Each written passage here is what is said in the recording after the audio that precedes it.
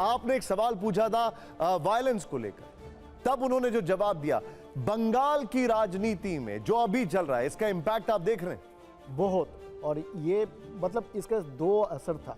एक, बंगाल कहाँ पे पहुँच सकता है वो सीधा सीधा बोला, और क्यों नहीं पहुँच पा रहा है और किस वजह से, और वो लोग किस तरह से चेंज लाना चाहते हैं, दोनों को इतनी अच्छी तरह से उसने ब्लेंड कर दी ना, तो definitely it's a big message for Bengal people. आपको लग रहा था कि वो पूरी तरीके से एश्योर्ड है, कॉन्फिडेंट है बंगाल को लेकर? आपको लग रहा था ये?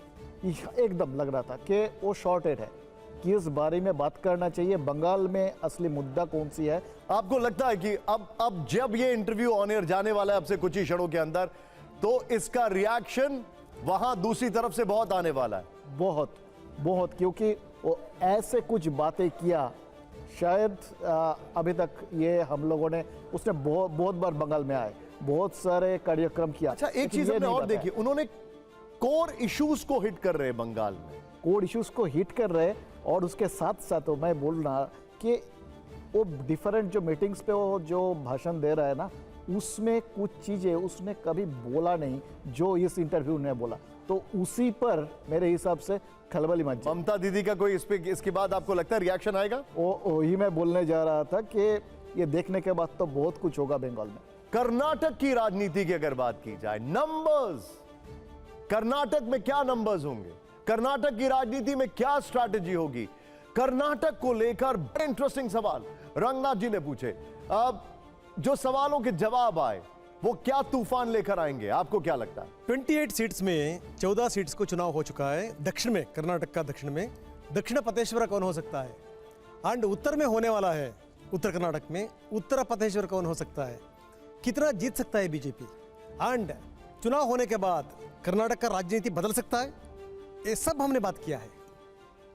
विपक्ष बार बार कह रहा है कि वो बीजेपी परेशान है, यहां चिंता है, वहां चिंता है। आपको देखकर लगा प्रधानमंत्री को कहीं पर भी वो चिंतित हैं? नहीं, ऐसा कुछ नहीं लगा। हमने गारंटी के बारे में भी हमने पूछा, कांग्रेस के गारंटी के बारे में। उन्होंने प्रधानमंत्री जी ने उत्तर दिया, कर्नाटक में 5 गारंटी, देश में 25 गारंटी। डिफरेंस क्या है कांग्रेस गारंटी और मोदी का गारंटी में? हालांकि उन्होंने एक TV9 की गारंटी की भी बात की है, मैं आपको बताना चाहूंगा। उन्होंने TV9 नेटवर्क की गारंटी की बात की। उन्होंने कहा, जब भी मैं ट्रैवल कर रहा होता हूं तो डिजिटल पर हमेशा देखता हूं कि क्या खबरें चल रही हैं, क्या कुछ आ रहा है। TV9 जो है वो हम सबको बहुत तेजी से अपडेट रखता है, बहुत तेजी से हमें जानकारी देता है। यह बहुत बड़ा इंटरव्यू है, यकीन मानिए, राउंड टेबल है, प्रधानमंत्री एंड 5 एडिटर्स। अब से पहले ऐसा इंटरव्यू कभी नहीं हुआ है। उमेश, जब हम महाराष्ट्र की राजनीति की बात कर रहे थे, एक क्षण था, 2 क्षण थे जब हमने प्राइम मिनिस्टर को इमोशनल होते हुए देखा। एक संदेश खाली, और दूसरा आप हमें बताइए जब वो उनकी तारीफ कर रहे थे जिनको बहुत मानते हैं। उन्होंने पहली बार, एक तो उनके बाला साहब ठाकरे के साथ बहुत अच्छे संबंध रहे हैं, और उन्होंने ऐसी बातें कही है, और मुझे लगता है कि ये पहली बार कही है बाला साहब को लेके उन्होंने, कि मातोश्री के साथ उनके क्या संबंध थे, वो क्या करते थे, अभी भी उनका कहना था अभी भी क्या करूँगा मैं। तो ये बात जो है, मैंने कहा वहाँ पे देखिए, महाराष्ट्र में एक एनसीपी फूट चुकी है, शिवसेना जो उद्धव ठाकरे की शिवसेना है वो भी फूट चुकी है। तो वहाँ पे किसी को पता नहीं है कि एग्जैक्टली होने क्या वाला है, क्या लहर है, और क्या किसी तरह की सिंपैथी है, कोई भी चीज़ हो। लेकिन उनका कहना जो है कि वो चीज़ें बीजेपी के लिए किस तरह हो सकती है, ये उन्होंने जवाब दिया है। और मुझे लगता है कि मैंने जैसे ही कहा कि कुछ चीज़ें ऐसी है उद्धव ठाकरे के बारे में इस इंटरव्यू में, महाराष्ट्र की राजनीति पर आगे ज़रूर असर दिखाई देगा इसका। उन्होंने ओरिजिनल अलायंस, ओरिजिनल कौन है, इन सबको लेकर बहुत बड़ी बात किया। देखिए, 2 बातें हैं इसमें। वहाँ पे एक शिवसेना टूट चुकी है, एक तो शिवसेना जो है एकनाथ शिंदे के भी साथ है, और इधर उद्धव बाला ठाकरे शिवसेना है, 2 शिवसेना है, वहाँ पे शिवसेना टूट चुकी है। उन्होंने 2 बारे में बात की है। लेकिन उद्धव ठाकरे के बारे में मैंने कहा कि उन्होंने पहली बार कुछ चौंकाने वाली बातें की है जो लोगों को चौंका दी।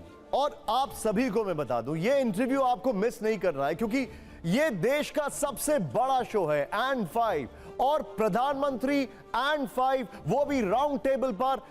और फिर उनसे एक सवाल पूछा मैंने सवाल पूछा राम मंदिर को लेकर, मैंने सवाल पूछा इस पर जो विपक्ष कहता है उसको लेकर।